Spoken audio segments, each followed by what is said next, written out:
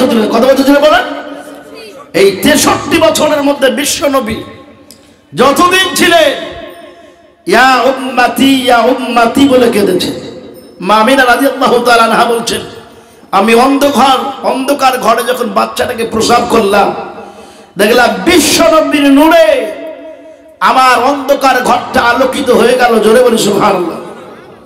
এই আলোকিত যখন হলো, আমি আমার সন্তানের মুখটা দেখলাম যে পূর্ণিমার চাঁদের চাইতো আমার সন্তানের মুখটা উজ্জ্বল করছে। জোরে বলি সুবহানাল্লাহ।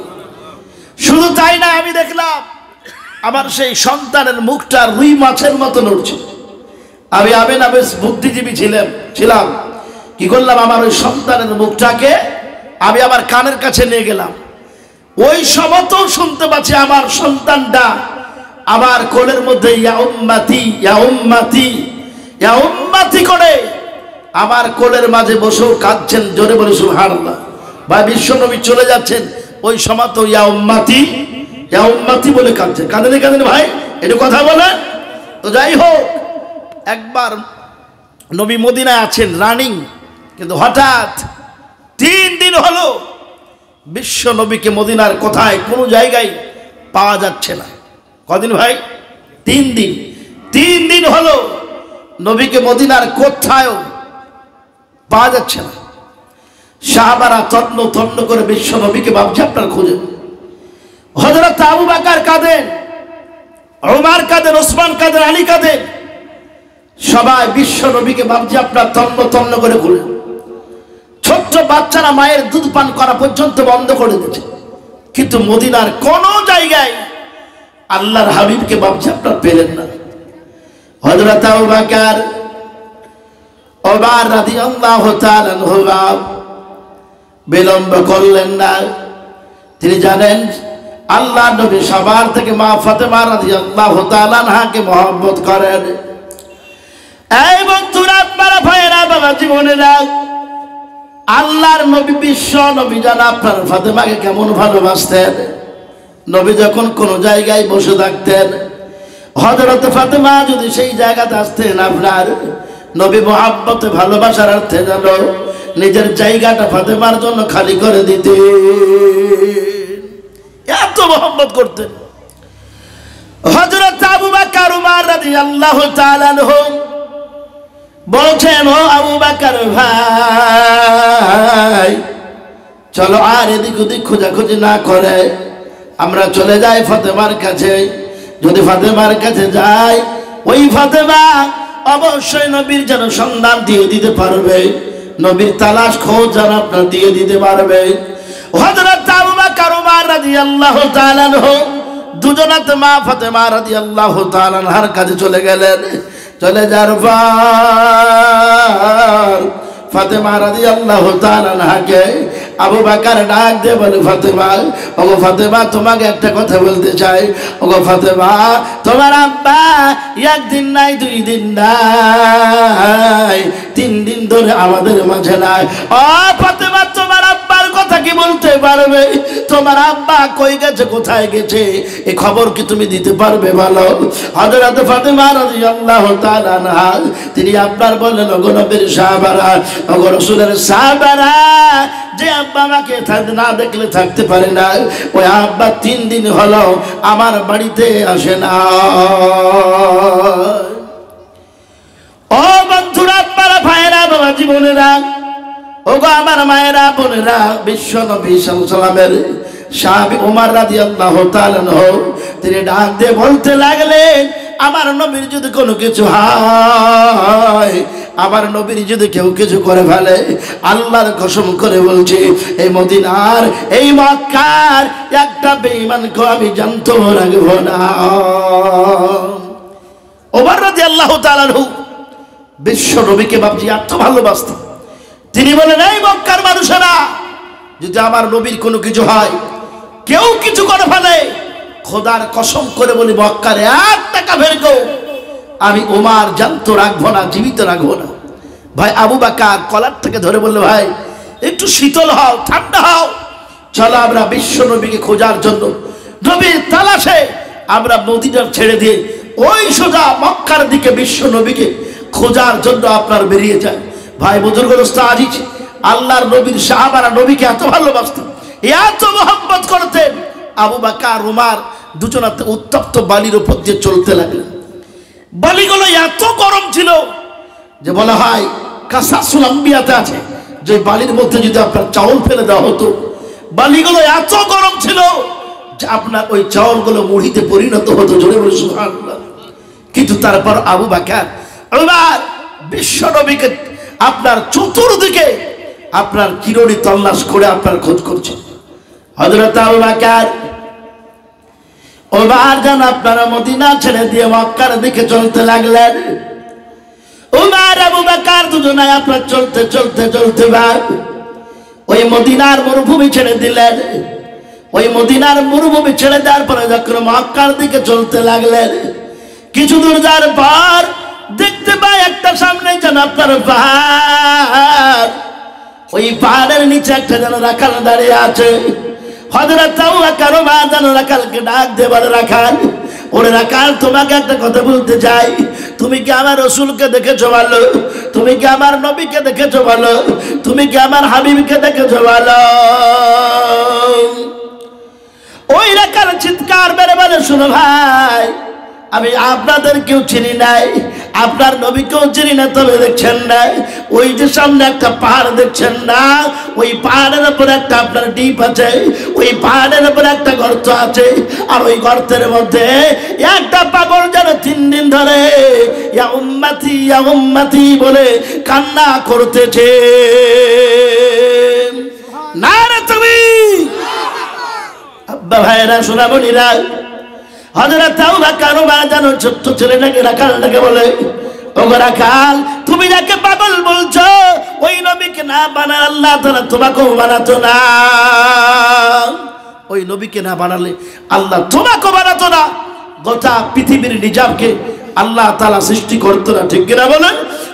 ওই রাখালটা বলে, শোনো ভাই, ওই আপনার পাগল কাচ্চা, ওই পাগলের সঙ্গে ওই দেখছেন না পাহাড়ের চতুর্দিকে উট ছাগল ভেড়াগুলো দাঁড়িয়ে আছে, এরাও কিন্তু এই পাগলের সঙ্গে আকাশের দিকে মুখ করে আপনার কান্না করছে। জোরে বলে সুবহানাল্লাহ। বন্ধুরা, ওই বালকটাও রাখালটা বলছে, শুধু কান্না করছে না, আমি মারার পরে উটগুলোকে ছাগলগুলোকে বাড়ি নিয়ে চলে যায়, কিন্তু আবার শক্ত দড়িকে ছিঁড়ে দিয়ে আবার তারা এখানে এই পাগলের টানে আসে আর খাওয়া দাওয়া বন্ধ করে পাগলের সাথে কান্না করে। জোরে বলে সুবহানাল্লাহ। বন্ধুরা, আপনার ভাইয়েরা, বাবা জীবন, আমি আপনাদেরকে বলি, চতুষ্পদ জানোয়ার সে বিশ্ব নবীকে ভাবছে আপনারা চিনতে পারলো, দয়ার হাবিবকে চিনতে পারলো। আজ পৃথিবীর মানুষ শ্রেষ্ঠ হওয়ার পরও, সৃষ্টির সেরা হওয়ার পরও অনেকেই বিশ্ব নবীর সামনে আমরা বেয়াদবি করি, অনেকেই নবীকে ঠিক মতো চিনতে পারি না, ঠিক কিনা বলেন? যদি ভাই চিন্তা, বন্ধুরা, আপনারা ভাইয়েরা, বাবা জীবনের, আমার বিশ্ব নবী কেমন নবী ছিলেন, কত মানের উঁচু মানের অঙ্কের মানুষ ছিলেন। আল্লাহর হাবিব সাল্লাল্লাহু আলাইহি ওয়াসাল্লাম মসজিদে নববীতে সাহাবাদেরকে লেকচার ওয়াজ করছেন। সাহাবারা নবীর দিকে তাকায়, নবী সাহাবাদের দিকে তাকায়। সাহাবারা তাকে জানে যে আমরা বিশ্ব নবীর দিকে তাকাবো, আমাদের জীবনের গুনাহগুলো ঝরবে আর আমল নামাতে নেকিগুলো অ্যাড হতে থাকবে। জোরে বলে সুবহানাল্লাহ। এই জন্য সাহাবারা বিশ্ব নবীর দিকে তাকিয়ে তাকিয়ে ওয়াজগুলোকে বাবাজি শুনতেন। হযরত সালমান ফারসি বলছে, আমি দেখলাম হঠাৎ একটু পরে দেখলাম একটা চতুষ্পদ জানোয়ার, যে জানোয়ারটার নাম উট মসজিদের মধ্যে ঢুকে পড়লো। ঢোকার পর বিশ্ব নবীর ডান দিকে উটটা দাঁড়িয়ে গেল। দাঁড়িয়ে যাওয়ার পরে আদবের সঙ্গে তার নিজের মস্তকটা, তার নিজের মাথাটা আল্লাহর নবীর পা মুবারকের উপর রেখে দিয়ে নিজের ভাষাতে কান্না শুরু করলো। জোরে বলি সুবহানাল্লাহ। হযরত সালমান ফারসি বলে, আমি একবার উটটার দিকে তাকালাম, একবার নবীজির দিকে তাকালাম, উটের চোখের পানিতে যেন বিশ্ব নবীর পা ভিজে দিয়ে ওই মসজিদের নবীর মাটি পর্যন্ত ভিজে যায়। হযরত সালমান ফারসি রাদিয়াল্লাহু তাআলা বলেন, একবার নবীর দিকে তাকালাম, দেখতে পাই আল্লাহর নবীর চোখের পানিতে বুকের জামাগুলো যেন আপনার ভিজে যায়। কারণ বিশ্ব নবী চতুষ্পদ জানোয়ারদের ভাষাও তিনি বুঝতে পারতেন, ঠিক কিনা বলেন? বুঝতে পারতেন না? পারতেন না? আল্লাহ নবী সাল্লাল্লাহু আলাইহি ওয়াসাল্লামের কাছে একজন ইহুদি আসলো, আসার পরে বলে, হে মুহাম্মদ, তুমি যে নবী, তোমার যে আল্লাহ আছে এটা আমি জানবো কি করে, বুঝতে পারবো কি করে? তো বললে, ইহুদি ভাই, আমি কোন কাজটা করলে, কি করলে যে তুমি আল্লাহ আছে মানবে, আমি নবী আমাকে স্বীকার করবে? তো বললো, ভাই শোনো, এক নম্বর কাজ হলো, ওই যে দেখছো না সামনে একটা গাছ আছে, ওই গাছটাকে তুমি ডাকবে, আর ডাকবে গাছটা ছুটে আসবে, আসার পর যদি সে তোমার ব্যাপারে তুমি যে নবী রাসূল এ সাক্ষ্য দিবে, দিতে দেরি হবে, কিন্তু আমি ইহুদি কালেমা পড়ে মুসলমান হতে দেরি করব না। জোরে বলে সুবহানাল্লাহ, জোরে বলে সুবহানাল্লাহ। বন্ধু, আব্বা, ভাই, বাবা, জীবন আল্লাহর হাবিব সাল্লাল্লাহু আলাইহি ওয়াসাল্লাম বলল, ভাই ইহুদি, আয় ভাই ইহুদি, যাও গাছটাকে গিয়ে বলো গা যে আল্লাহর নবী তোমাকে ডেকেছে। ইহুদির মনের মধ্যে এটা বিশ্বাস আছে, গাছ তো জড় পদার্থ, ও তো একটা জায়গায় স্থির থাকা তার একটা আদত অভ্যাস, সে তো চলাফেরা করতে পারে না, ঠিক কিনা বলেন? তো বলছে যাই, ইহুদি যেমন বলেছে, ইহুদি ছুটতে লাগলো গাছের দিকে। গাছের কাছে যাওয়ার পরে প্রাথমিক প্রস্তাব দিচ্ছে গাছ, এই গাছ, তোমাকে মুহাম্মদ সাল্লাল্লাহু আলাইহি ওয়াসাল্লাম ডেকেছে।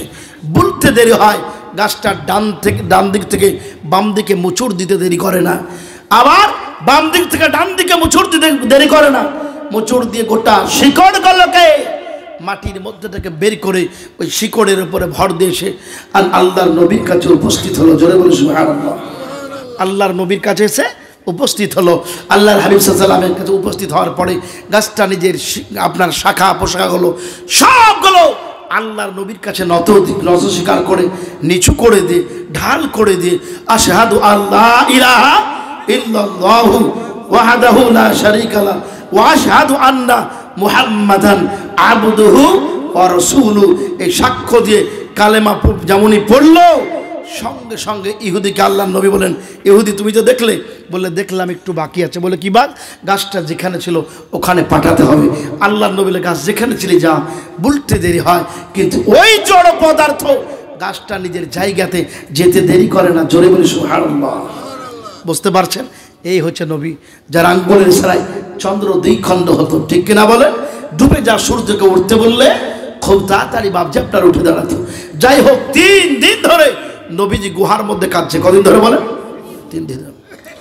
আবু বকর, ওমর রাদিয়াল্লাহু তাআলা আনহু দুজনাই তাড়াতাড়ি করে বাপজাপটারা চলে গেলেন। চলে যাওয়ার পর দেখতে পাই জানো আল্লাহর নবী যেন গুহার মধ্যে মাটিতে মাথা রেখে আপনার ইয়া উম্মতি করে কান্না করতেছে। হযরত আবু বকর বলে, ইয়া রাসূলুল্লাহ, হাবিবাল্লাহ, ও নবী, আপনার আবু বকর আমি সব সহ্য করতে পারি, কিন্তু আপনার কষ্ট সহ্য করতে পারি না। আবু বকর বলছে, নবী গো, আপনার সব সহ্য করতে পারি, কিন্তু আপনার ব্যথা, আপনার কষ্ট আমি আবু বকর সহ্য করতে পারি না। জোরে বলে সুবহানাল্লাহ। ভাই, নবীর সাহাবারা নবীকে কত ভালোবাসতো। দেখো কেমন ঈমান এনেছিলেন আমার নবীর সাহাবারা, সেই যুগের সাহাবারা, ঠিক কিনা বলেন? আল্লাহ নবী সাল্লাল্লাহু আলাইহি ওয়াসাল্লামের সাহাবারা, নবীজির সাহাবারা বিশ্ব নবীকে এত ভালোবাসতেন, উত্তপ্ত বালির মধ্যে আপনার শরীর থেকে জামা খুলে নিত, তারপরও নবীর প্রেম, নবীর মহাব্বত, নবীর প্রেম, নবীর মহাব্বত আপনার ছাড়তো না, ঠিক কিনা বলেন? বন্ধু, আগুনের উপরে ড্রেস খুলে নেওয়ার পর আগুনের আগারার উপরে রাখতো, শরীরের মধ্যে থেকে চর্বি গলে গলে একটাই আগুনকে লিভিয়ে দিত, তারপরও তারা কালেমা পড়া বন্ধ করতো না। জোরে বলে সুবহানাল্লাহ। এটা হচ্ছে মহাব্বত। বন্ধুরা, আব্বারা, ভাই, বাবার জীবনে আমি বলতে চাই, সাহাবা আজমাইন বিশ্ব নবীকে কত ভালোবাসত। আবু বকর ডাক দিয়ে বলেন, ইয়া রাসূলুল্লাহ, হাবিবাল্লাহ, নবী গো, নবী সব সহ্য করতে পারবো, কিন্তু আপনার কষ্টকে আমি কন্ট্রোল করতে পারবো না। নবী, আপনি সিজদা থেকে মাথা তুলুন। নবী গো, আর কাঁদবেন না, যে কাদার কারণে আপনার শুকনো বালিগুলো কাদায় পরিণত হয়েছে। আপনি খাওয়া দাওয়া বন্ধ করে দিয়েছেন, বিবিদের কাছে থাকা বন্ধ করে দিয়েছেন, আপনি সাহাবীদেরকে ভুলে গেছেন। নবী, আপনি কাঁদবেন না, মাথা উঠান। কিন্তু আল্লাহর রসুল, আল্লাহর হাবিব মাথা তুলছেন না। কেন? কিসের কারণে? শুধু এই গুনাহগার, এই পাপিষ্ঠ উম্মতদের জন্য, ঠিক কিনা বলেন? এই উম্মতদের জন্য, এই জন্য বন্ধুরা, আব্বারা, ভাইয়েরা, বাবা জীবনেরা, আবু বকর বলেন ইয়া রাসূলুল্লাহ, হাবিব বলেন নবী মাথা তুলুন। আবু বকর যত বলে নবী আপনার মাথা তুলেন নাই। আবু বকর বলে ইয়া রাসূলুল্লাহ, হাবিবাল্লাহ, ওগো আল্লাহর নবী একটু আপনি দয়া করে শুনুন। ওগো নবী শুনেন, আমার জীবনের গুনাহগুলো নেকিগুলো হযরত ওমর চেয়েছিল দিইনি, ওসমান চেয়েছিল দিইনি, আলী চেয়েছিল দিইনি। ওগো নবী আপনার কষ্ট আমি নিতে পারছি না, আপনি দয়া করে। সিজদা থেকে মাথা কানা তুলেলেন। নবী গো, ও নবী, জীবনে যত নেকি সংগ্রহ করেছি, নেকি পেয়েছি, সব নেকি গেল আপনার উম্মতের নাজাতের জন্য, আপনার উম্মতের মুক্তির জন্য আমি আবু বকর দান করে দিলাম। ও কলেজার টুকরা আব্বা, ভাইয়েরা, সোনামণিরা, আমি আপনাদেরকে বলতে চাই হযরত আবু বকর কত বড় অঙ্কের মানুষ ছিলেন। ওর আব্বা, সোনামণিরা, ও কলেজার টুকরা আব্বা, ভাইয়েরা, বাবা জীবনেরা, আবু বকরের একজন মেয়ে ছিলেন, নাম তার হযরত আয়েশা। এই আয়েশার বিয়ে হয় আল্লাহর নবীর সাথে। বন্ধু আব্বা, আল্লাহর নবী আর স্ত্রী আয়েশা, মায়েশা রাদিয়াল্লাহু তাআলা আনহা আর নবীজি রাত্রে বেলায় দৌড় প্রতিযোগিতা করেছিলেন। হঠাৎ নবীজি দেখতে পায় আয়েশা যেন আকাশের দিকে তাকায়, আকাশের চাঁদ তারার দিকে তাকায়, আকাশের দিকে আপনার তাকায়। আল্লাহর নবী বলে, আয়েশা, ব্যাপারটা কি বলো? একবার আমার মুখের দিকে দেখছো আর একবার আকাশের দিকে দেখছো, দেখাচ্ছ বলো। হযরত আয়েশা বলে, ইয়া রাসূলুল্লাহ, ইয়া হাবিবাল্লাহ, নবী গো, দেখতে পায় আকাশের চাঁদের কলঙ্ক আছে, কিন্তু আপনার পবিত্র চেহারার কলঙ্ক নাই। ও নবী, ইয়া রাসূলুল্লাহ, হাবিবাল্লাহ, নবী গো, এই যে আকাশের মধ্যে আপনার জানো না লক্ষ লক্ষ কোটি কোটি আপনার অসংখ্য তারকা ফুটেছে, তারা ফুটেছে, এই তারা সমকক্ষ নাকি কি কারো আছে? আল্লাহর নবী বলে, ও আয়েশা শুনে নাও, এই যে কোটি কোটি আকাশের মধ্যে তারকা দেখছো, তারা দেখতে পাও, এই তারা সমকক্ষ নাকি একজন সাহাবীর জীবনে আছে। মায়েশা রাদিয়াল্লাহু তাআলা আনহার চিন্তা ছিল যে এতগুলো নাকি কারো থাকতে পারে না, ওই নাকি থাকতে পারে শুধু আমার আব্বার। হযরত আয়েশা রাদিয়াল্লাহু তাআলা বারবার নবীকে বলতে লাগলেন, ওগো নবী আপনি দয়া করে বলে দেন কোন মানুষটার এতগুলো নাকি আছে। আল্লাহর নবী বলে, আয়েশা, ওমর ফারুক রাদিয়াল্লাহু তাআলা আনহুর গোটা জীবনের নাকি আকাশের মধ্যে যতগুলো তারকা দেখছো না, অতগুলো নাকি আছে। জোরে বলি সুবহানাল্লাহ। মা আয়েশা রাদিয়াল্লাহু তাআলা আনহা এই কথা যখন নবীর থেকে শুনলেন, শোনার পর মনটা আপনার ভারী হয়ে গেল, মনটা যেন আপনার খারাপ হয়ে গেল। আল্লাহর নবী বলে, আয়েশা, কি ব্যাপার, তোমার মনটা কেন খারাপ হয়ে গেল? বলে, ইয়া রাসূলুল্লাহ, হাবিবাল্লাহ, নবী গো, আমার ধারণা ছিল আমার আব্বার এতগুলো নাকি থাকতে পারে, অন্য কারো থাকতে পারে না, কিন্তু আপনার মাধ্যমে বুঝতে পারলাম আমার আব্বা নয়, হযরত ওমরের ফারুকের জীবনে নাকি এতগুলো আছে। আল্লাহর নবী বলে, আয়েশা, ও আয়েশা শুনে না, হযরত ওমর রাদিয়াল্লাহু তাআলা আনহুর গোটা লাইফের নাকি, গোটা জীবনের নাকি গুলো আকাশের মধ্যে যতগুলো তারকা আছে এতগুলো নাকি আছে, আর তোমার আব্বার গোটা জীবনের নাকি নাই, এক রাতের নাকি জানো আকাশের মধ্যে যতগুলো তারকা আছে ওর চাইতে বেশি আছে। জোরে বলি সুবহানাল্লাহ। নারে তাকবীর। ভাই, আল্লাহ রাসূল বললেন, আয়েশা, ওমরের গোটা জীবনের নাকি আকাশের মধ্যে যতগুলো তারকা দেখছো অতগুলো আছে, আর তোমার আব্বার গোটা জীবনের নয়, এক রাতের নাকি আকাশে যতগুলো তারকা আছে তার চাইতে বেশি আছে। জোরে বলি সুবহানাল্লাহ। এইরকম একজন বড় বেটার বেস্ট তিনি মানুষ ছিলেন। বন্ধু, যা আপনার বলা হয়েছে, হযরত আবু বকর রাদিয়াল্লাহু তাআলা তিনি বললেন, নবী আপনার কষ্ট আমি নিতে পারছি, জীবনে যত নেকি আছে সব নেকিগুলো আপনার উম্মতের মুক্তির জন্য দান করে দিলাম। ভাই একটু চিন্তা করুন, এই জন্য নিজেকে কি করুন, নিজেকে গড়ুন, নিজেকে তৈরি করুন, নিজেকে বানান, এমন জীবন করিবে গঠন, মরিলে তুমি কাঁদিবে সবাই, হাসিবে তুমি। ঠিক কিনা বলুন?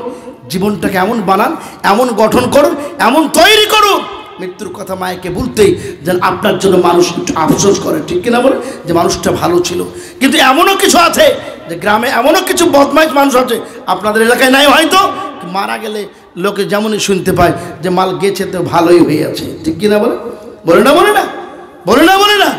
এই জন্য জীবনটাকে দারুণ তৈরি করেন, দারুণ বানান, কি দিয়ে? আল্লাহর হুকুম আর বিশ্বনবীর নুরানি পাকিজা তরিকা, ঠিক কিনা বলেন?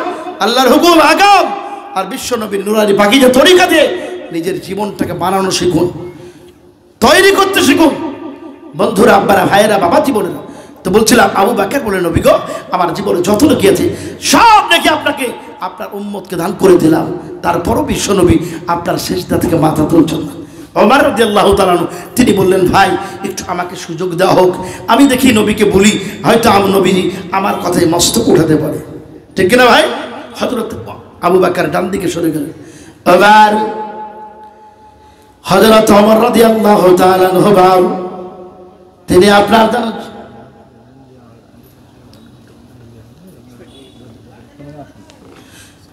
যাই বন্ধু, ভাই আমার জীবন একটি ঘোষণা, হযরত মাওলানা আজিজুল হক সাহেব হয়তো আপনার আর আধা ঘন্টার মধ্যে চলে আসবে, তো আপনারাও যারা এদিক ওদিক আছেন না থেকে চলে আসুন, আর যারা আছেন আলহামদুলিল্লাহ একটু ধৈর্য সহকারে শুনুন। তো বুঝুন দোস্ত, আজিজ আব্বা, ভাই বাবা, জীবন আমার কালেজার টুকরারা, শোনাবনি না। হযরত আবু বকর ডান দিকে সরে গেলেন, ওমর রাদিয়াল্লাহু তাআলা আনহু বাবা আল্লাহর নবীর পিছনে আপনার দাঁড়িয়ে গেলেন, দাঁড়িয়ে যারবার নবীকে ডাক দে, বলে ইয়া রাসূলুল্লাহ, ইয়া হাবিবাল্লাহ, ও নবী, ও আল্লাহর নবী শুনুন, আপনি আর কান্না করবেন না, কাঁদবেন না, আপনি আর ব্যথা পাবেন না। ও নবী, আপনি সিজদা থেকে মাথা তুললেন, কান্না বন্ধ করলেন, যত আপনারা বলে আল্লাহ নবী আপনার কান্না বন্ধ করে না, সিজদা থেকে মাথা তোলেন না। হযরত ওমর রাদিয়াল্লাহু তাআলা চিৎকার মেরে বললেন, ওগো আল্লাহর নবীর শাহ, ওগো আল্লাহর নবী, ওগো আল্লাহর রাসূল, ওগো আল্লাহর হাবিব, আপনাকে বলি শুনে নেন, আপনি দয়া করে সিজদা থেকে মাথা উঠিয়ে নেন। ও নবী, জীবনে যত নাকি আছে, জীবনে যত আপনার সব আছে, সমস্ত নাকি গুলো সবগুলো আপনার উম্মতের মুক্তির জন্য, নাজাতের জন্য দান করে দিলাম। আল্লাহর নবী সিজদা থেকে মাথা তোলেন না, নবী আপনার কান্না বন্ধ করেন না, নবী আপনার কেঁদে যায়, নবী আপনার কান্না করে যায়, নবী আপনার কান্না করে যায়, কেঁদে যায়। হযরত আবু বকর ওমর বলে, শুনে নাও ভাই, নবীজির কাছে আমাদের কোনো কথার কোনো কাম নাই। আমি বলতে চাই ভাই, ও গো ওমর, তুমি শুনে নাও, আল্লাহর নবী একজন মহিলাকে সবচাইতে ভালোবাসে, যার নাম হযরত ফাতেমা রাদিয়াল্লাহু তাআলা আনহা। ওই ফাতেমা যখন নবীজির কাছে আসবে, আসার পর কান্না করে নবীকে সিজদা থেকে মাথা তুলতে বলবে, নবী আর থাকতে পারবে না, নবী তাড়াতাড়ি করে কান্না বন্ধ করে সিজদা থেকে মাথা তুলে নেবেন। ও আবু বকর, আমরা তাড়াতাড়ি করে চলো ওই ফাতেমাকে ডেকে নিয়ে আসি। হযরত আবু বকর রাদিয়াল্লাহু তাআলা আনহু ও বাপজি আপনার মক্কা থেকে মদিনার দিকে চলতে লাগলেন, মদিনার দিকে আপনার যেতে লাগলেন। একটু দূর যাওয়ার পরে দেখতে পাই হযরত আলী রাদিয়াল্লাহু তাআলা আনহু আল্লাহর নবীকে পাগলের নাই যেন তালাশ করতেছে। হযরত আবু বকর ওমরকে দেখে আলী জিজ্ঞাসা করে, ওগো ভাইরা, তোমরা কি আমার নবীকে দেখেছো ভালো? নবীর খোঁজ কি তোমরা পেয়েছো ভালো? হযরত আবু বকর বলে, নবী মরেন নাই, নবীর কোনো কিছু হয় না। তবে শুনে নাও, নবীজি উম্মতের বাতাই জানো ওই পাহাড়ের গুহার মধ্যে কান্না করতেছে ভাই। তবে শুনে নাও, নবীজি আমাদের কথায় কান্না বন্ধ করে নাই, নবী সিজদা থেকে মাথা ধরে নাই। ও আলী শুনে নাও, আবার মনে হয় তোমার স্ত্রী নবীজির মেয়ে ফাতেমা এখানে যদি এসে যায়, নবী আর থাকবেন না, সিজদা থেকে মাথা তুলে নেবেন। হযরত আলী রাদিয়াল্লাহু তাআলা আনহু আর আবু বকর ওমর সবাই চলে গেলেন। যাওয়ার পর ফাতেমা রাদিয়াল্লাহু তাআলা আনহার কাছে হযরত আলী বলছেন, ফাতেমা আর দেরি করো না, তোমার আব্বাকে পাওয়া গেছে। হযরত ফাতেমা বলে, ওগো নবীর সাহাবারা, আমার আব্বা আব্বা কোথায় আছে বলেন? বলে শোনে নাও, ওই দেখছো না পাহাড়, ওই পাহাড়ের মধ্যে তোমার আব্বা 3 দিন ধরে কাঁদছে, ইয়া উম্মতি বলে কাঁদছে। আর ওই কান্নার কারণে শুকনা পানিগুলো যেন পানিতে কাদা হয়ে গেছে। হযরত ফাতেমা রাদিয়াল্লাহু তাআলা তিনি আর দাঁড়িয়ে থাকলেন না। হাসান হোসাইন সবাই বিশ্ব নবীর কাছে গেলেন। আল্লাহ নবীর কাছে যাওয়ার পর বিশ্ব নবীর কাছে গিয়ে ফাতেমা বলছেন, আব্বু, ওগো আব্বা যান, যেই ফাতেমাকে না দেখলে থাকতে পারেন না, অথচ 3 দিন হলো আপনি ফাতেমার কাছে যাননি, ফাতেমাকে দেখা করেননি। যখন কোনো জায়গা যান সর্বপ্রথমে ফাতেমাকে দেখা করে যান, আবার যখন ব্যাক ফিরে আসেন সর্বপ্রথমে ফাতেমাকে দেখা করেন। বন্ধুরা, আব্বা ভাইয়েরা, বাবা জীবনের কালেজার টুকরার বন্ধু, যাই হোক, আল্লাহ নবী সাল্লাল্লাহু আলাইহি ওয়াসাল্লামের মেয়ে ফাতেমা বললেন, আব্বু আপনি দয়া করে সিজদা থেকে মাথা তুলুন, আপনি কান্না বন্ধ করুন, আব্বা কান্না বন্ধ করে সিজদা থেকে মাথা তুলুন। কিন্তু আল্লাহ নবী কান্না বন্ধ করেন না, সিজদা থেকে মাথা তোলেন না। হাসান হোসেন বলছে, না না, ওগো না না, তুমি আমাদেরকে না দেখলে থাকতে পারো না, কষ্ট পাও, অথচ 3 দিন আজ আমাদের মধ্যে দেখা করনি, আমাদের কাছে যাওনি, আপনি সিজদা থেকে মাথা তুলুন। নবী আমার সিজদা থেকে মাথা তুলেন না, কান্না বন্ধ করেন না। হযরত ফাতেমা রাদিয়াল্লাহু তাআলা আনহা বলেন, নবী গো, ওগো আমার আব্বা জান, আপনি একদিন বলেছেন ফাতেমা তুমি জান্নাতি, ও ফাতেমা তুমি জান্নাতি, জান্নাতি। শুধু জান্নাতি নয়, জান্নাতের মধ্যে যত মহিলা থাকবে সমস্ত মহিলাদের নেত্রী তুমি জান্নাতের মধ্যে হইবে। জোরে বলি সুবহানাল্লাহ। ও বাবা, আপনি জান্নাতি বলেছেন, আবার মহিলাদের নেত্রী বলেছেন, তো আপনি দয়া করে সিজদা থেকে মাথা তুলুন। ওগো আব্বা জান, আমার জীবনে যত নেকি আছে সমস্ত নেকিগুলো আপনার উম্মতের নাজাতের জন্য, আপনার উম্মতের মুক্তির জন্য আমি দান করে দিলাম। জোরে বলি সুবহানাল্লাহ। কে বলছেন? হযরত ফাতেমা রাদিয়াল্লাহু তাআলা আনহা তিনি বলছেন, আব্বু আমার জীবনে যত নেকি সমস্ত নেকিগুলো আপনার উম্মতের নাজাতের জন্য, আপনার উম্মতের মুক্তির জন্য দান করে দিলাম। ভাই বন্ধু, আমি আপনাদেরকে অনুরোধ করব, দেখেন যেই জন একজন মহিলা, এই জন্য আল্লাহ তাআলা বলেন, তোমরাকে শ্রেষ্ঠ জাতি করে, শ্রেষ্ঠ উম্মত করে পৃথিবীতে পাঠিয়েছি, ভালো কাজের আদেশ করবে, অসৎ কাজ থেকে মানুষকে নিষেধ করবে। ঠিক কিনা বলেন? আল্লাহ বলে, ইয়া আইয়ুহাল্লাযীনা আমানু কু আনফুসাকুম ওয়া আহলিকুম নারা ওয়াকুদুহান নাস ওয়াল হিজারা। আল্লাহ বলে, হে ঈমানদারগণ, তোমরা নিজে বাঁচো এবং তোমার আহলে বর্গকে বাঁচাও। কি থেকে? ওই আগুন থেকে, যে আগুনের লকড়ি হবে মানুষ আর পাথর, যে আগুনের লকড়ি হবে মানুষ আর পাথর। তাই বারবার করে বলছে বন্ধুরে, বারবার করে আল্লাহ তাআলা ডাক দিয়ে বলছে, নিজে বাঁচো, তোমার আহলে বর্গকে বাঁচাও ওই আগুন থেকে, যে আগুনের লকড়ি হবে মানুষ আর পাথর। এই জন্য আপনি দেখুন, তারা আমাদের জন্য, আমরা কি করে জাহান্নাম থেকে মুক্তি পাই, জান্নাতি হও, এর জন্য গোটা লাইফের নেকিগুলোকে আমাদের জন্য আল্লাহর রাস্তায় দান করে দিয়েছে। মা খাদিজাতুল কুবরা রাদিয়াল্লাহু তাআলা আনহা, আপনারা জানেন প্রত্যেকেই, যেমন তেমন নারী নয়, সর্বপ্রথম মহিলাদের মধ্যে ইসলাম গ্রহণ করেছেন, করেন ভাই? সর্বপ্রথম নারীদের মধ্যে ইসলাম গ্রহণ করেন, কালেমা পড়ে মুসলমান হন।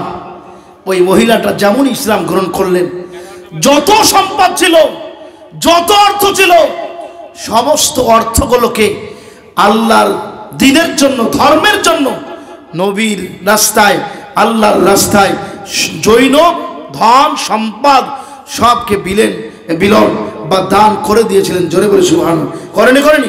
বিলীন করেছিলেন, দান করে দিয়েছিলেন, সমস্ত কিছুই আল্লাহর রাস্তায় উৎসর্গ করে দিয়েছিলেন। ভাই, আমি আপনাদেরকে বলতে চাই, মিষ্টি শোনা বলতে চাই, বলার উদ্দেশ্য হলো, আপনি জানেন যখন আল্লাহর হয়ে গেল, আল্লাহর নবীর হয়ে গেল, তখন আল্লাহ তাআলা, আল্লাহ রাব্বুল আলামিন আরশে আজিম থেকে মা খাদিজাতুল কুবরাকে সালাম দিয়েছিল। জোরে বলে সুবহানাল্লাহ। দেয়নি বলেন? দেয়নি? আপনি বলুন, এই খাদিজাতুল কুবরা রাদিয়াল্লাহু তাআলা আনহা যখন মৃত্যু মুখে পতিত হলেন, কি মুখে বলেন একটু কথা, মৃত্যু মুখে পতিত, মারা যাবেন কিছুক্ষণ পরে। এখনো সময় বিশ্ব নবী আসলেন, খাদিজার কাছে বসে আছে। নবী কাঁদেন, খাদিজাও কাঁদেন। আল্লাহ নবী বলে, খাদিজা তুমি কান্না করো না, তুমি কাঁদলে আমি নবী কষ্ট পাবো। খাদিজাতুল কুবরা রাদিয়াল্লাহু তাআলা আনহা হচ্ছেন নবী গো, নবী আপনি আমার স্বামী, দীর্ঘদিন আপনার সঙ্গে ঘর সংসার করলাম। নবী আপনি আমার হাতের দ্বারায় মুখের দ্বারায় যদি কষ্ট পেয়ে থাকেন আপনি আমাকে ক্ষমা করবেন। আপনি ক্ষমা করলে আমার স্রষ্টা ক্ষমা করবেন। জোরে বলে সুবহানাল্লাহ।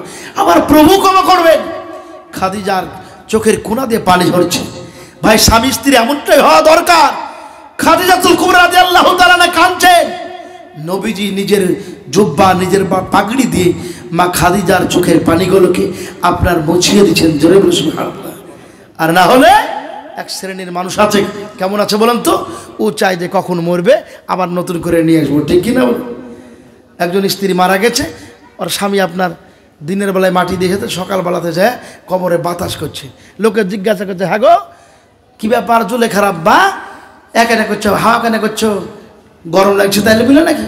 তো বলছে আর বলিস না, আমি তাকাচ্ছি কবরের মাটি কখন শুকাবে আর একটা বিয়ে করে নিয়ে আসবো। বুঝতে পারছেন বন্ধু? মোহাব্বত ভালোবাসা কেমন থাকা দরকার। আল্লাহ রাসূল সাল্লাল্লাহু আলাইহি সাল্লাম বিশ্ব নবী, মায়া মমতার নবী, খাদিজার চোখের পানিগুলোকে রুমাল দিয়ে পাগড়ি দিয়ে মুছিয়ে দিচ্ছেন। খাদিজাও কাঁদছে, নবীজিও কাঁদছে। আল্লাহর হাবিব সাল্লাল্লাহু আলাইহি ওয়াসাল্লাম বলছেন, খাদিজা খাদিজা তুমি কি কিছু বলতে চাও? বলে ইয়া রাসূলুল্লাহ বলতে চাই। বলে কি বলতে চাও? বলে আল্লাহর নবী এক নম্বর হলো মৃত্যুর আগে আপনাকে 3টে ওসিয়ত করতে চাই, আপনি কি আমার ওসিয়তগুলো পূরণ করবেন? আপনি কি আমার ওসিয়ত করো পালন করবেন?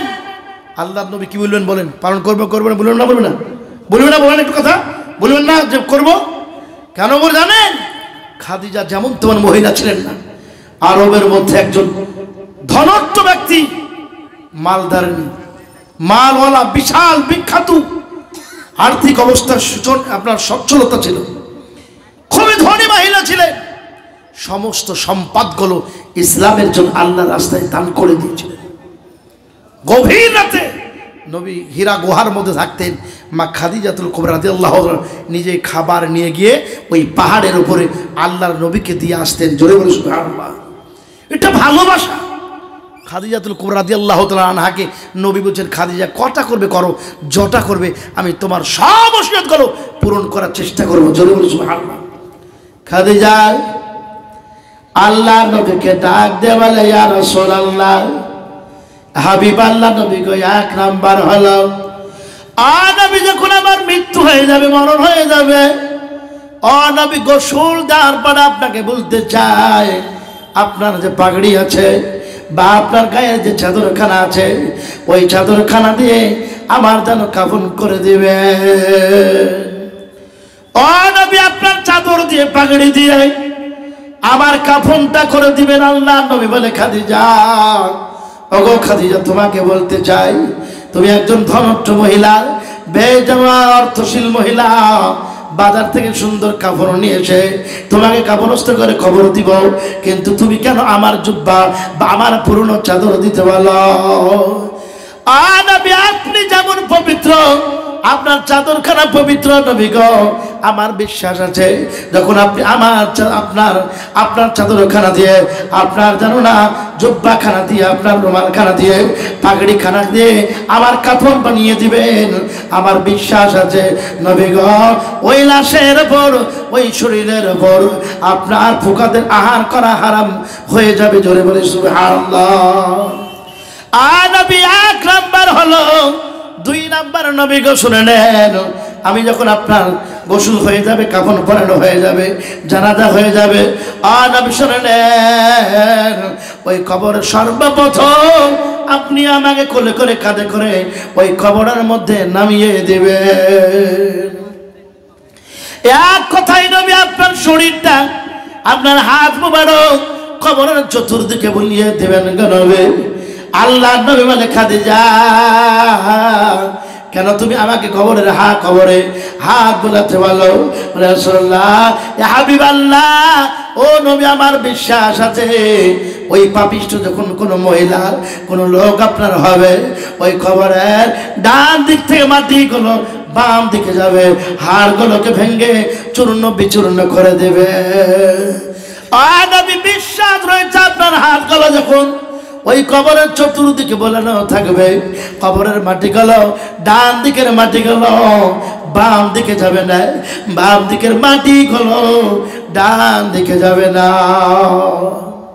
ডান দিকের মাটি বাম দিকে যাবে না, বাম দিকের মাটি ডান দিকে যাবে না। ইয়া রাসূলুল্লাহ হাবিবাল্লাহ, আল্লাহ নবী বলে খাদিজা তিন নাম্বার বলো, বলে নবী গো সবাই চলে আসবে আর আপনি আমার কবরের কাছে কিছুক্ষণ দাঁড়িয়ে থাকবে। কেন?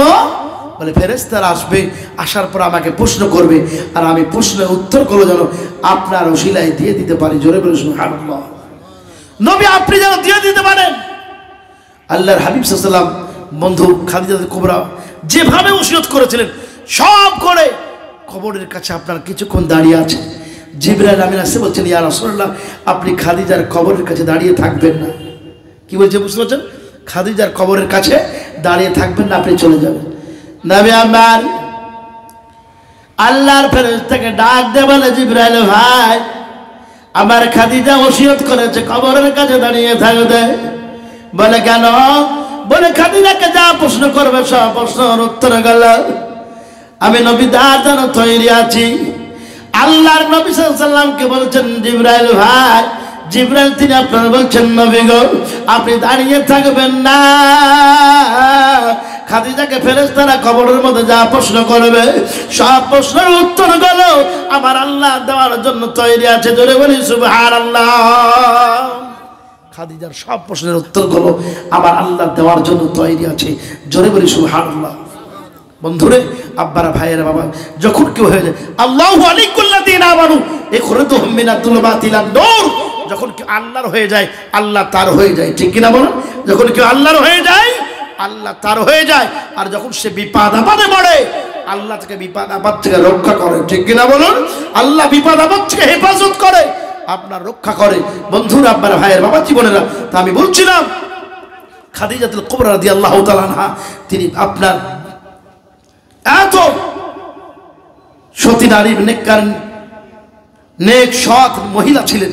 তো বন্ধু আব্বা ভাই বলছিলাম আল্লাহর হাবিব সাল্লাল্লাহু আলাইহি সাল্লাম বিশ্ব নবী সেজদায় পড়ে পড়ে ইয়া উম্মতি বলে কাঁদছেন। নবী সেজদা থেকে মাথা তুলছেন না।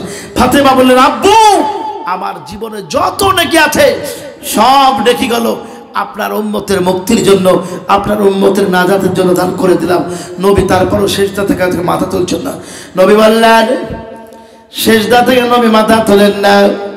ফাতেমা রাদিয়াল্লাহু তাআলা আনহা নবীকে ডাক দেয়, বলে ইয়া রাসূলুল্লাহ, ইয়া হাবিবাল্লাহ, নবীকে আপনি সেজদা থেকে মাথা তোলেন।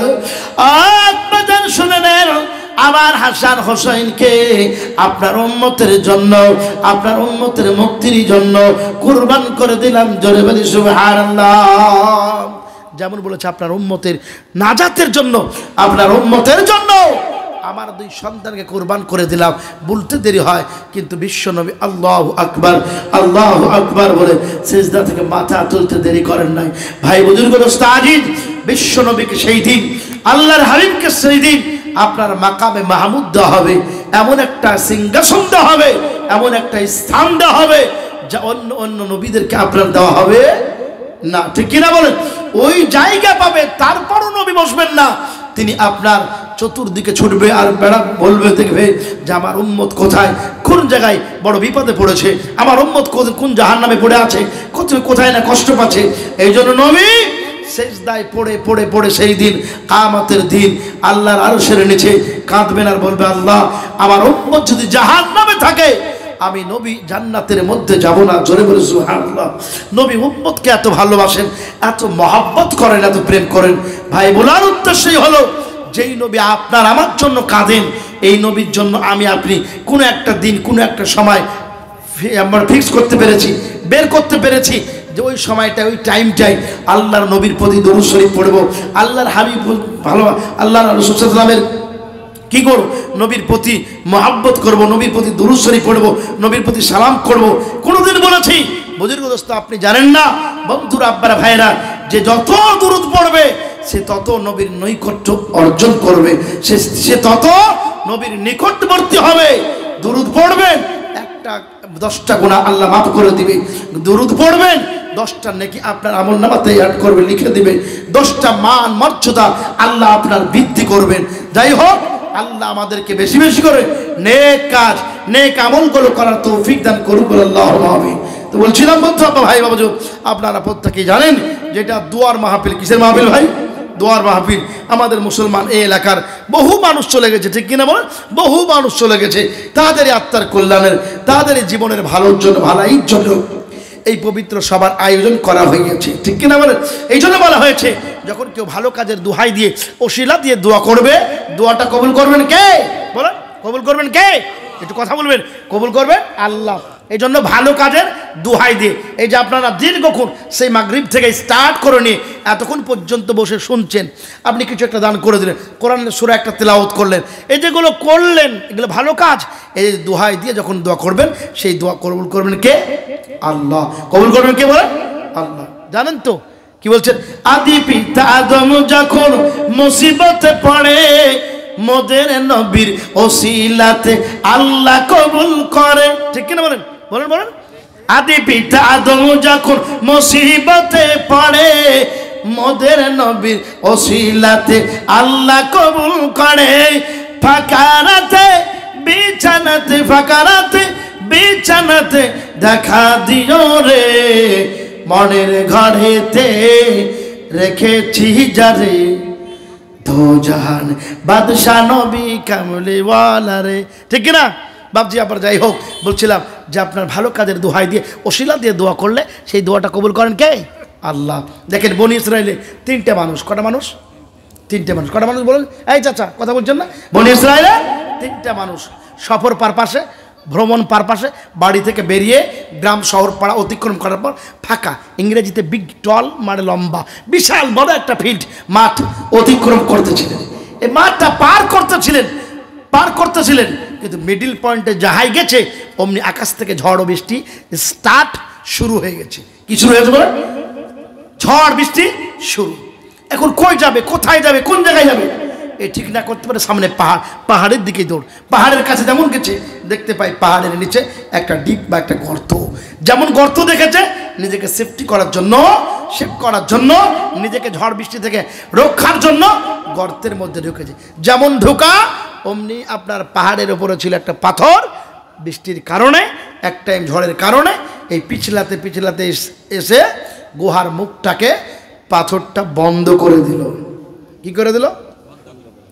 বুখারী শরীফের হাদিস, বুখারী শরীফের সহি হাদিস।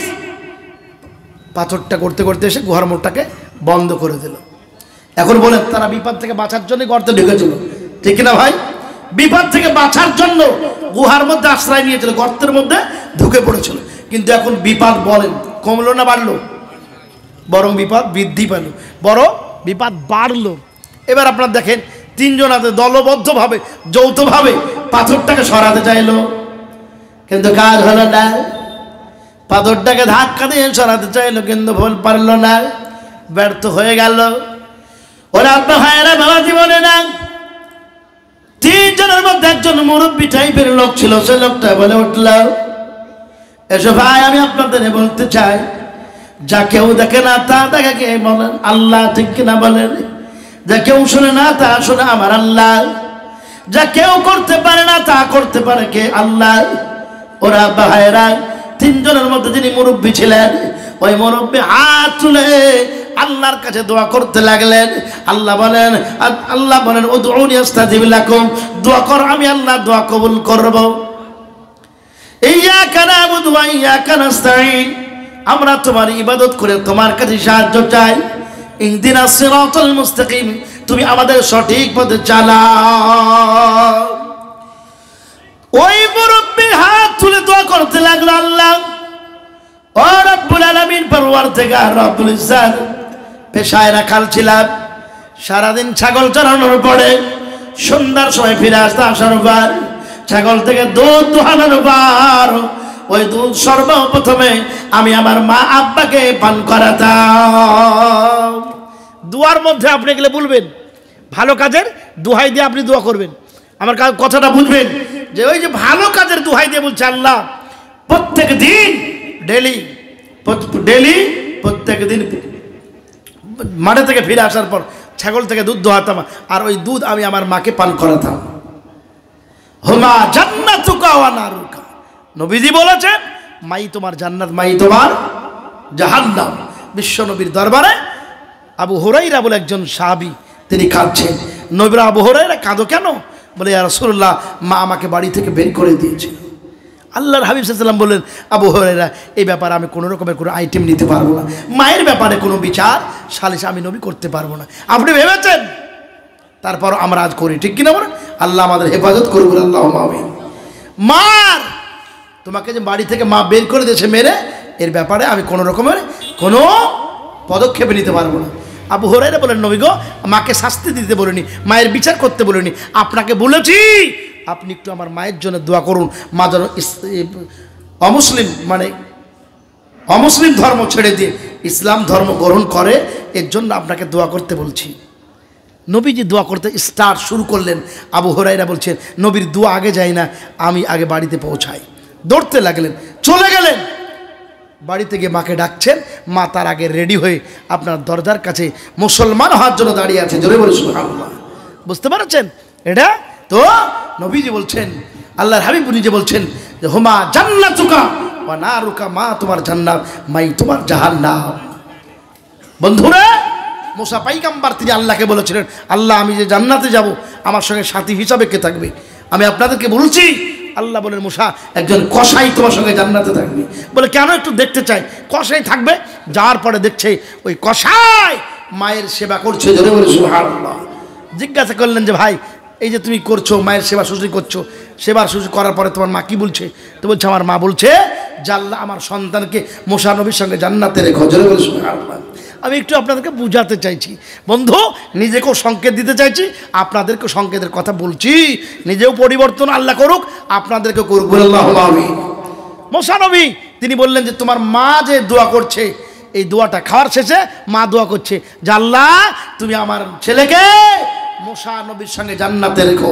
তো মুসা নবী বলছেন, তুমি কি তোমার মা কি মুসা নবীকে দেখেছে?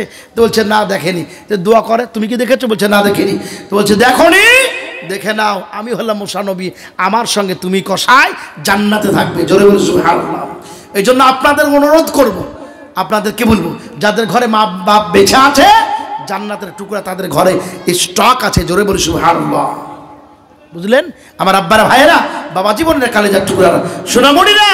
তো ওই যে লোকটা কে, ওই মুরব্বী বলছেন, আল্লাহ পেশায় রাখাল ছিলাম, সারাদিন ছাগল চড়ানোর পর সন্ধ্যাবেলায় বাড়ি চলে আসতাম, শনিবার ছাগল থেকে দুধ দোয়াতাম, দোয়ার পর ওই দুধ সর্বপ্রথমে আমি আমার মা বাবাকে পান করাতাম।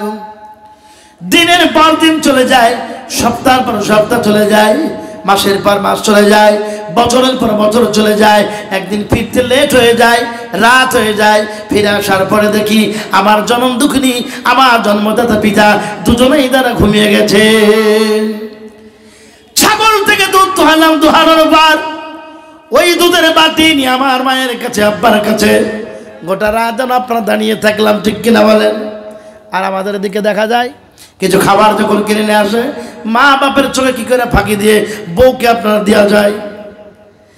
ওই মানুষটা বলছে, রব্বুল আলামিন পরওয়ারদিগার, ও মালিক মাওলা, ও গো আমার রব, ও আমার মালিক, আমি বাড়ি ফিরলাম, ফেরার পর দেখি রাত, মা আর নাই, মা আমার ঘুমিয়ে গেছে, বাবা ঘুমিয়ে গেছে। ছাগল থেকে দুধ দোয়ানোর পর ওই দুধের গ্লাসটা নিয়ে গোটা রাত যেন আমি মায়ের শিওরে দাঁড়িয়ে থাকলাম। ফজর আজান হয়, ছেলে কাঁদে, বিবিও যেন ক্ষুধার যন্ত্রণায় দুধ যায়। আমিও ক্ষুধার্ত ছিলাম, কিন্তু আমিও খাই না, বাচ্চাদেরও দিই নাই। সেদিন আমার বাচ্চা পা ধরে কান্না করেছিল, বলে বাবা একটু দয়া করে দুধ দাও, বড় ক্ষুধার্ত।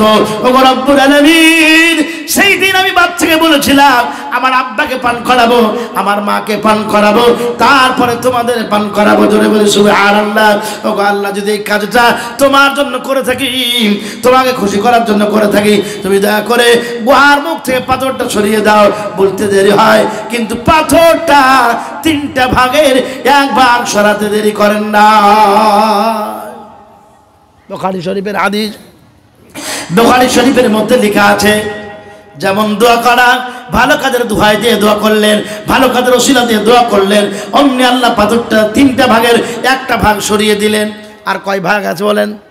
2 ভাগ। আর কটা মানুষ আছে? 2টা মানুষ আছে। বুখারী শরীফের হাদিস।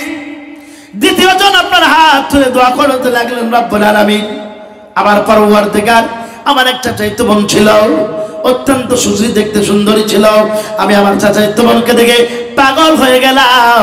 আমার চাচাতো বোনকে বললাম, চাচাতো বোন, আমি তোমার সঙ্গে কুকাজ, আমি তোমার সঙ্গে অবৈধ কাজ ব্যভিচার করতে চাই। চাচাতো বোন অস্বীকার করে দিল, সেটাকে গ্রহণ করলো না। কিন্তু একদিন ঘটনাক্রমে আমার চাচাতো বোনের মা অসুস্থ, টাকার প্রয়োজন হলো, অর্থের প্রয়োজন হলো। আমি জমিদার ছিলাম, আমার কাছে চাচাতো বোন আসলো, টাকা চেয়ে বসলো। আমি আমার চাচাতো বোনকে বললাম, ওরে চাচাতো বোন, টাকা দিতে পারি, কিন্তু আমার কুপ্রস্তাবে তোমাকে রাজি হতে হবে। আমার চাচাতো বোন টাকার প্রয়োজনে সে রাজি হয়ে গেল। আমি আমার চাচাতো বোনকে টাকা দিয়ে দিলাম। চাচাতো বোন টাকা পেয়ে খুশি, আমি চাচাতো বোনকে পেয়ে খুশি। দুজনে একটা অন্ধকার রুমের মধ্যে ঢুকে পড়লাম। ঢুকার পর ওই ব্যভিচার কাজ শুরু করার জন্য কাপড় বস্ত্রগুলো খুলে ফেলেছি। আমার চাচাতো বোনকে টাচ করেছি, ধরে ফেলেছি।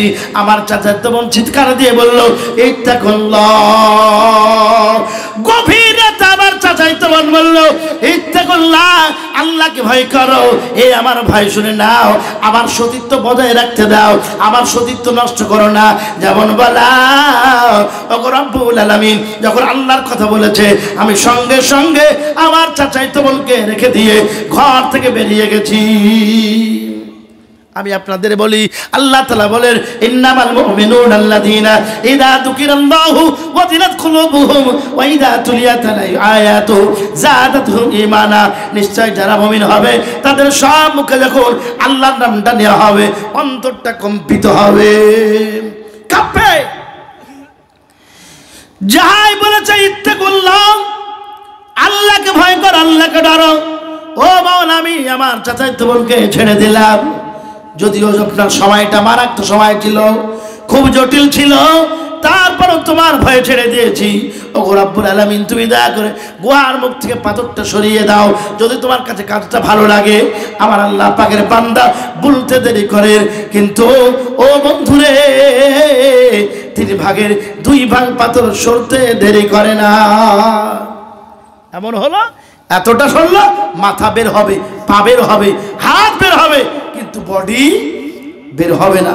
বডির জন্য একটু প্রশস্ত বেশি লাগবে, ঠিক কিনা বলেন? বডির জন্য একটু খালি বেশি লাগবে। কিন্তু আছে কজন? একজন। তৃতীয়জন বলে, আল্লাহ, ওগো আমার রব্বুল আলামিন, ওগো আমার পরওয়ারদিগার, ওগো আমার রব, ও আমার প্রভু, ও রব্বুল আলামিন, আমার বাড়িতে বহু জানো লেবার কাজ কর্ম করতো, কিন্তু সবাই এক টাইম কাজ কর্ম করার পর পারিশ্রমিক যে করেছিল, পারিশ্রমিক নিয়ে চলে গেল। কিন্তু একটা লোক পারিশ্রমিক না নিয়ে আপনারা যেন চলে যায়। যতগুলো লেবার কাজ করছিল, সব লেবারগুলো আপনার পারিশ্রমিক নিয়ে গেল, কিন্তু একটা শ্রম পারিশ্রমিক না নিয়ে সে চলে গেল। 12 বছর পরে এসেছে। কত বছর? 12 বছর। আমরা তো আপনারা দেখবেন বর্তমানে কিছু ঠিকাদার আছে, আপনাদের এলাকায় নাই, কিন্তু ও ঠিকাদার কি করে টাকা মারা ধান্দা খুঁজে বেড়ায়, ঠিক কিনা? কি করিয়া শুধু মারবে, সেই জন্য আপনার পথ খুঁজে বেড়ায়, এতে কাটে ওতে কাটে, এই ওখানটা টাকা লেছিস, এখানে টাকা লেছিস, ওরা কি করি বন্ধু, কি করে টাকা কাটবে? এই জন্য আমি আপনাদেরকে অনুরোধ করি, বন্ধুরে, হযরতে আব্বা ভাই বাবা জীবন কালেজার টুকরো শ্রমণীরা, আমার আব্বারা ভাইয়েরা, বাবা জীবনেরা, তারপর তৃতীয় জন বলে, মালিক 12 বছর পরে মানুষটা আসলো। কত বছর? কিন্তু আমি প্রথমেই তার টাকা দিয়ে একটা ছাগল কিনেছিলাম। ওই ছাগলটা পালন করতে করতে করতে করতে করতে করতে এক টাইম এক পাল ছাগল হলো। 12 বছর পরে সে আমার কাছে টাকা চেয়ে বসলো। আর আমি বললাম, ভাই, ওই তো দেখছেন না মাঠে যতগুলো ছাগল আছে, সমস্ত ছাগলের অভিভাবক হলে তুমি। জোরে বলে সুবহানাল্লাহ। তুমি মালিক, যাও ছাগলগুলো নিয়ে চলে যাও। বুঝে গেল তাজি বলছে, আল্লাহ, সেদিন যদি আমি ওই লোকটাকে 12 বছর পরে 500 টাকা দিতাম, ওই লোকটা ডিগবাজি মারতে মারতে বাড়ি চলে যেত, ঠিক কিনা? কিন্তু তারপরও আমি ন্যায্য তাকে তার পারিশ্রমিক আমি ফিরিয়ে দিয়েছি। বন্ধু, এই জন্য লেবার কাজকর্ম যাদের করাবেন, শরীরের ঘাম যে বেরিয়েছিল এই শুকানোর আগে আপনাকে টাকা দিতে হবে, ঠিক কিনা বলেন? তবেই কাজ হবে। কিন্তু আমাদের দিকে বুঝলেন একটা চাষ আছে, ওকে খাটিয়ে নেবে, নেওয়ার পরে 1 মাস পর টাকা দিবে।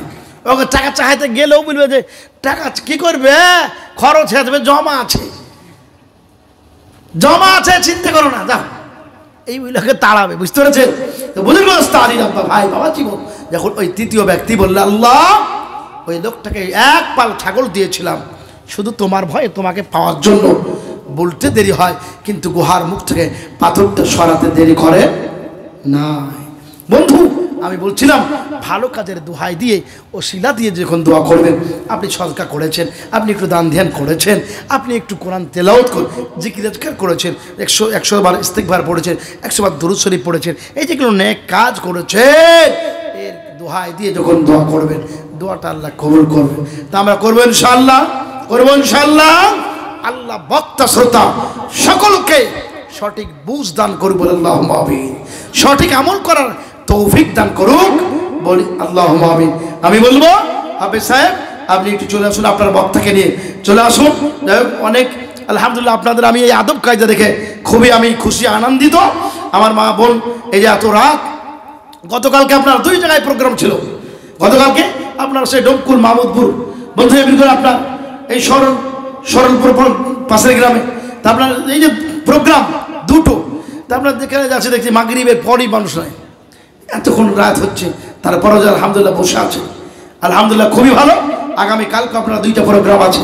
বন্ধু, আমি আপনাদেরকে অনুরোধ করব, আমি আপনাদেরকে বলবো, বন্ধু আসি, আল্লাহর হুকুম আর বিশ্ব নবীর নোরানি পাকিজা তরিকা মেনে চলবে ইনশাআল্লাহ, মেনে চলবে ইনশাআল্লাহ। বলেন মানবে, মেনে চলবে ইনশাআল্লাহ। বন্ধুরা, আব্বার ভাইয়েরা, একটা গজল বলেই আমি আপনার বক্তব্য ছেড়ে দেব।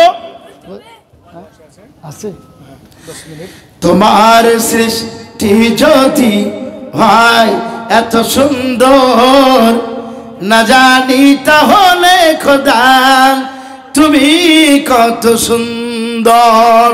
তোমার সৃষ্টি যদি হয় এত সুন্দর, না জানি তাহলে খোদা তুমি কত সুন্দর। যে পাখি উড়ে যায় সুদূরে, যে নদী বয়ে যায় দিবান্তরে, যে পাখি উড়ে যায় সুদূরে, যে নদী বয়ে যায় দিবান্তরে, সেই পাখি সেই নদী যদি হয় এত সুন্দর, না জানি তাহলে খোদা তুমি কত সুন্দর। যে তারা আলো ছড়াই আকাশে, যে ফুল সুর ভিড়ালে বাতাসে, যে তারা আলো ছড়াই আকাশে,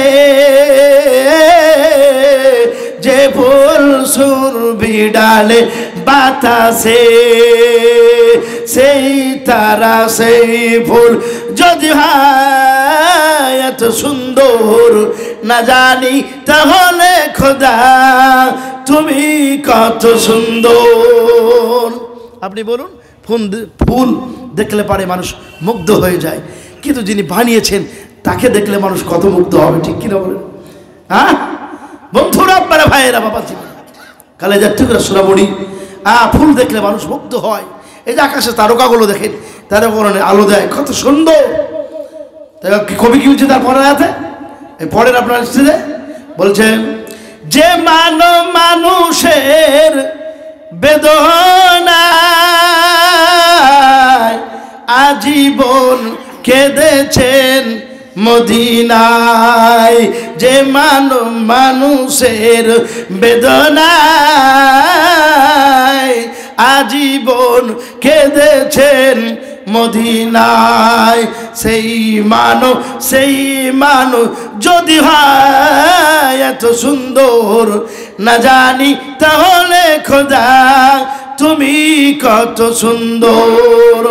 তোমার সৃষ্টি যদি ভাই এত সুন্দর, না জানি তাহলে খোদা তুমি কত সুন্দর। বন্ধুরা, আব্বার ভাই, বাবাজি বলে না, আমি আপনাদের বলি আর সুন্দর একটা ওয়াকিয়া বলে, ঘটনা বলে আমার বক্তব্য সমাপ্ত করে দেবো। ছোট্ট, বেশি নয়।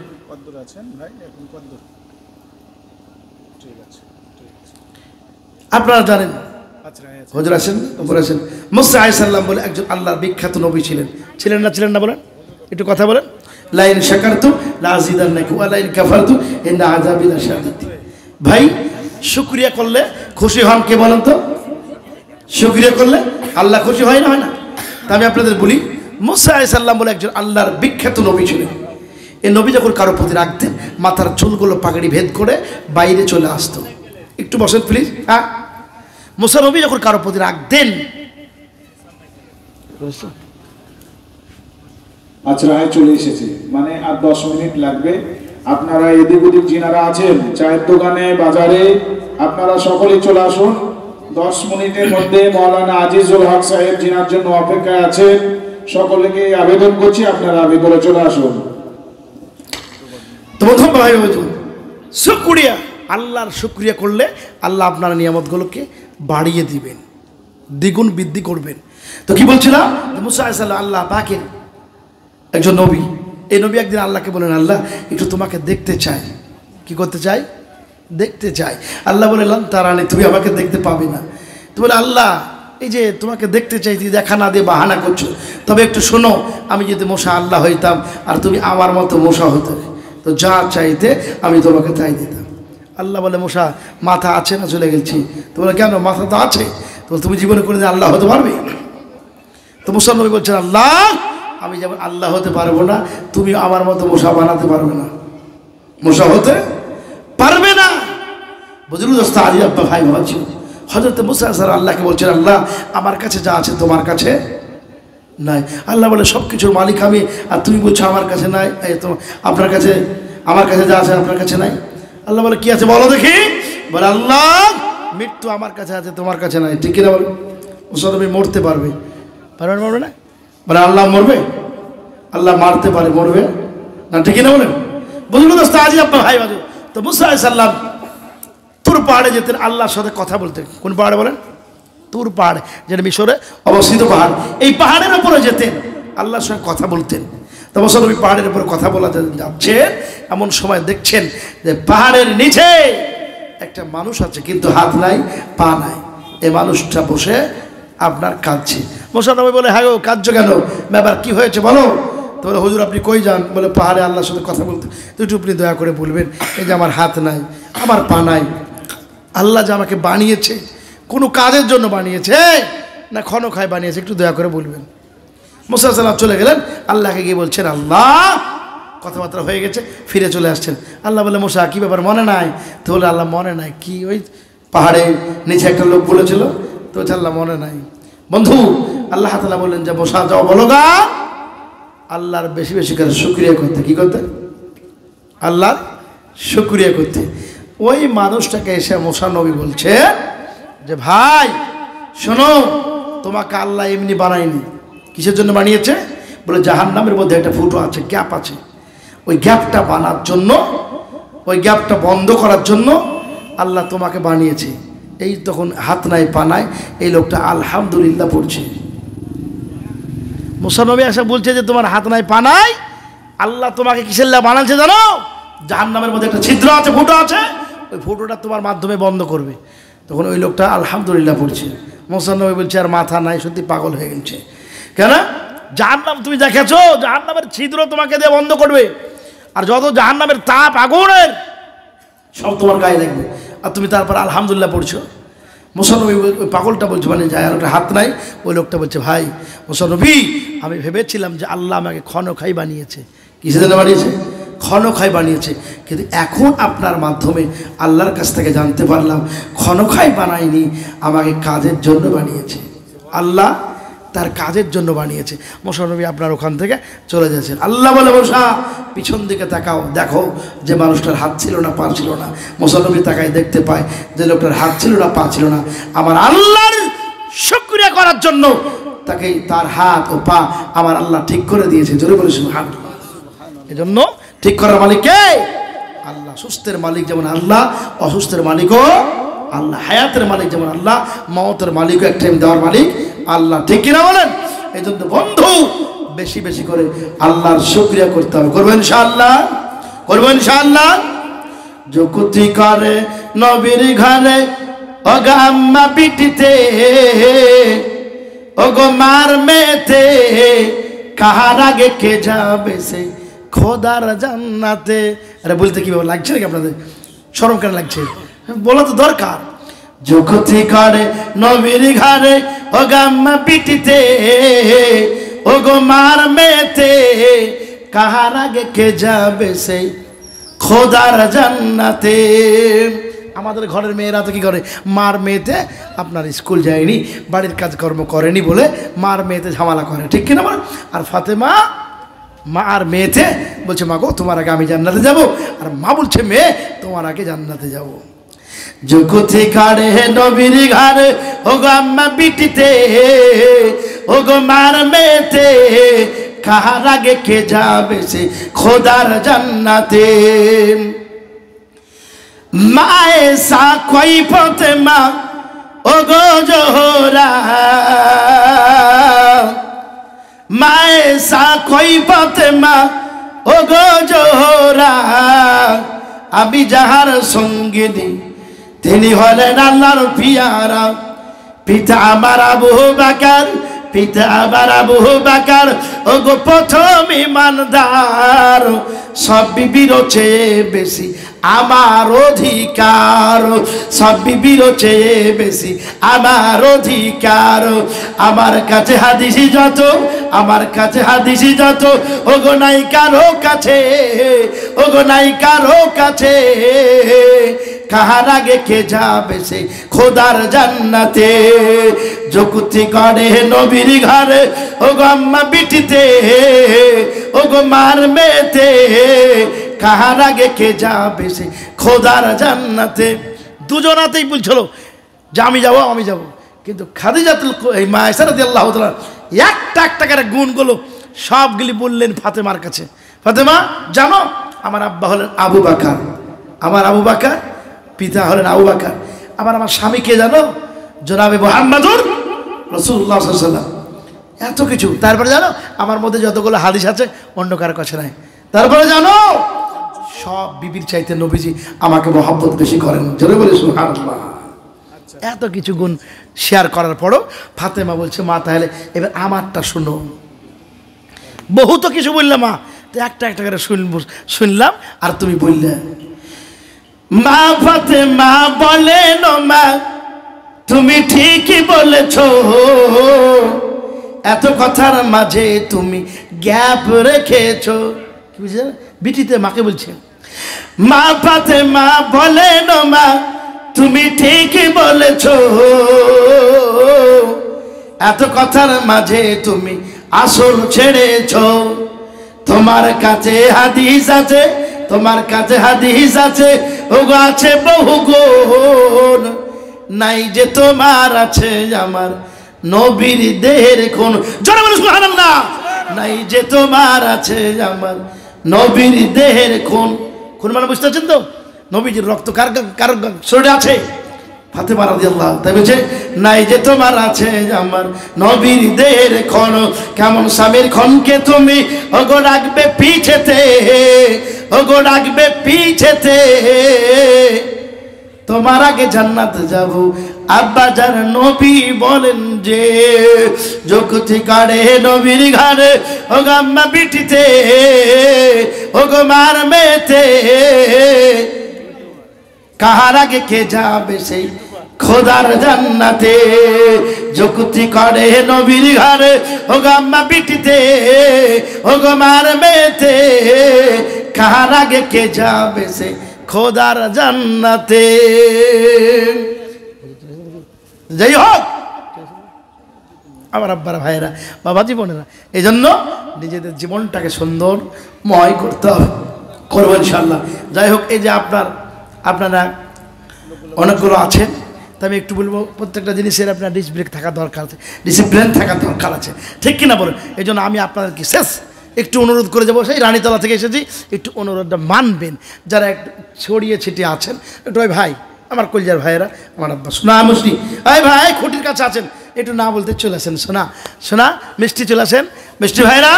এ দেখেন ভাই মৌলানা আজিজুল হক সাহেব সারা ভারত বসে, হ্যাঁ আলহামদুলিল্লাহ আপনাদের দোয়ায় উনি যাচ্ছেন, ভারতের বাইরেও যায় আলহামদুলিল্লাহ। এখন ভালো একটা জায়গাতে আছেন, আল্লাহ ইজ্জত দিয়েছেন। আর তা আপনারা জানেন ইজ্জতের মালিক কে? আল্লাহ, ঠিক কিনা বলেন? ইজ্জতের মালিক আল্লাহ, যাকে ইজ্জত দেয় দুনিয়ার মানুষ নাই যে বেইজ্জতি করবে, আর যাকে বেইজ্জতি করবে দুনিয়ার ম্যান নাই যে তাকে ইজ্জত দিবে, ঠিক কিনা বলেন? আছে আছে গো, আছে বলেন, আছে। তো আজিজ আব্বা ভাই বলি একটা ছোট্ট আপনার গল্প বলে দিই হুজুর। আস্তে আস্তে গল্পটা হলো, দেখেন আজ আমরা তো দুনিয়া নিয়ে পাগল। এই ভাই আসেন না, এটা চলে আসেন ভাই, এই দুনিয়া নিয়ে পাগল। আচ্ছা বলেন তো, এই যে দুনিয়া নিয়ে আমরা পাগল, এই দুনিয়াকে কি আমরা ধরতে পারবো? পারবো হুজুর? পারবো না। দেখেন একজন চাষি চাষ করার জন্য মাঠে গেছে, একজন চাষি চাষ করার জন্য মাঠে গেছে, চাষ করছে। এই করতে করতে দেখতে পায় সুন্দর একটা মহিলা আপনার জমির আলের ওপর কাঁদছে। চাষি জিজ্ঞাসা করছে, হ্যাঁ গো মিষ্টি, তুমি আবার কাঁদছো কেন সকালবেলায়? তুমি ছাড় বললেন না, আপনাকে আমি বিয়ে করতে চাই এই জন্য কাঁদছি। চাষি বলছে, লিয়াছে মজা, নাঙল থাকলো গরুও থাকলো, তুমি যখন আমাকে বিয়ে নিজে থেকেই করতে চাইছো, আমার আর দরকার নাই, নাঙল গরু থাকলো, চলো আমরা কাজীর কাছে। কার কাছে বাপ? কাজী, আগে কাজী বিয়ে পড়ে তো না, কাজীর কাছে চলো। ও বাপ, কাজীর কাছে যখন গেলছে, কাজী তখন আপনার একবার চাষির দিকে তাকায়, আর ওই সুন্দরী মহিলার দিকে একবার তাকাচ্ছে। হাফেজ সাহেব তাড়াতাড়ি দেখেন, হ্যাঁ লোক একটু বিরক্ত হচ্ছে আমার মিষ্টি রে শোনারা। যাই হোক বললে তো হবে না এরকম, হ্যাঁ মিষ্টিগুলো না আমার বিরক্ত হচ্ছে, বসে থাকবে কোন। তো মিষ্টি শোনা, গল্পটা একটু শুনেন। গল্পটা কি হলো জানেন? এই যে চাষি কাজীর কাছে গেছে, কাজী বলছে, হ্যাঁ গো চাষি, তুমি তো চাষি লোক, চাষ করো, আর এত সুন্দর পড়ি কোথায় রাখবে? তোমার তো জায়গা নাই, নচেত এক কাজ করো, তুমি বাড়ি যাও, একা আমি বিয়ে করি।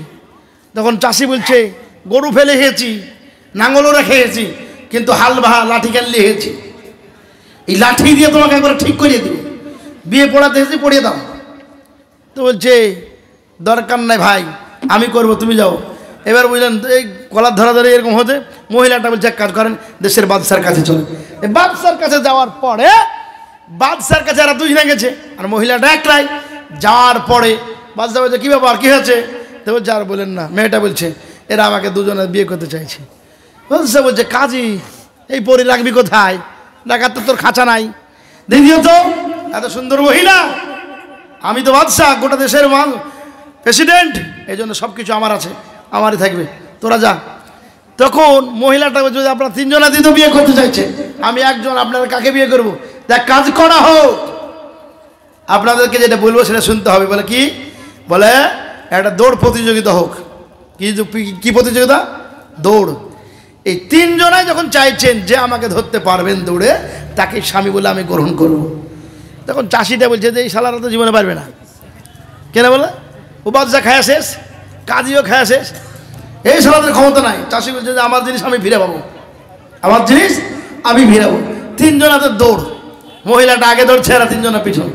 কাজী আপনার বেশ, বাদশা বেশ কিছু দূর গেল, যার পরে ও কেলিয়ে গেল, কাজীও কেলিয়ে পড়ল। রেখাটা বেশ গেল, বেশ দূর গেছে, যাওয়ার পরে ও এক টাইম কত দৌড়বে, ও এক টাইম আপনার মাটিতে ধুস করে পড়ে।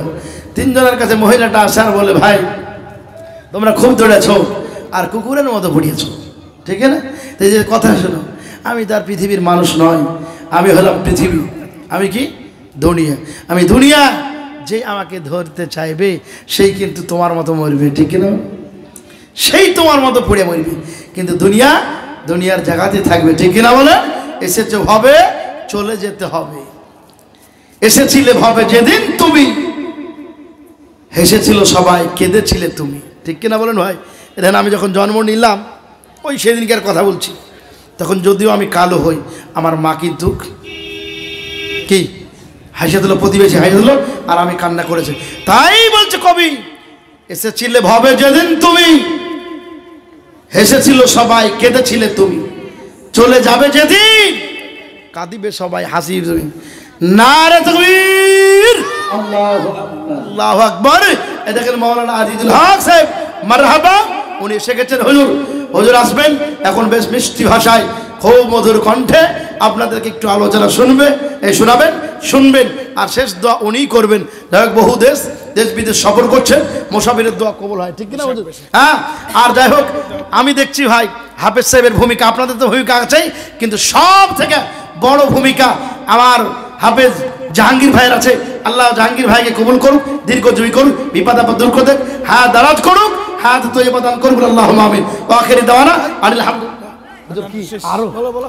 হ্যাঁ, এদান হুজুর চলে এসেছে, হুজুর একটু আওয়াজ দিয়ে দেন যে সবাই চলে আসুন। হ্যাঁ দেখেন হুজুর চলে এসেছেন। যারা বাইরে আছেন অনুরোধ করব, মুসাফির মানুষ দোয়া করলে সেই দোয়া আল্লাহ তাআলা গ্রহণ করে থাকেন, কবুল করে থাকেন। নবীজি বলেছেন মুসাফিরের দোয়া কবুল হয়। তাই যারা বাইরে আছেন একটু দয়া করে চলে আসুন। তো বন্ধু, আব্বা, ভাই, বাবার জীবন যারা এই দুনিয়ার পিঠে ছুটবে তাদেরকে ওই রকম পড়ে মরতে হবে, ঠিক কিনা বলেন? এই জন্য আমি বললাম যে এসেছিলে ভবে যেদিন তুমি, হেসেছিল সবাই, কেঁদেছিলে তুমি, চলে যাবে যেদিন কাঁদিবে সবাই, হাসিবে তুমি, ঠিক কিনা বলেন?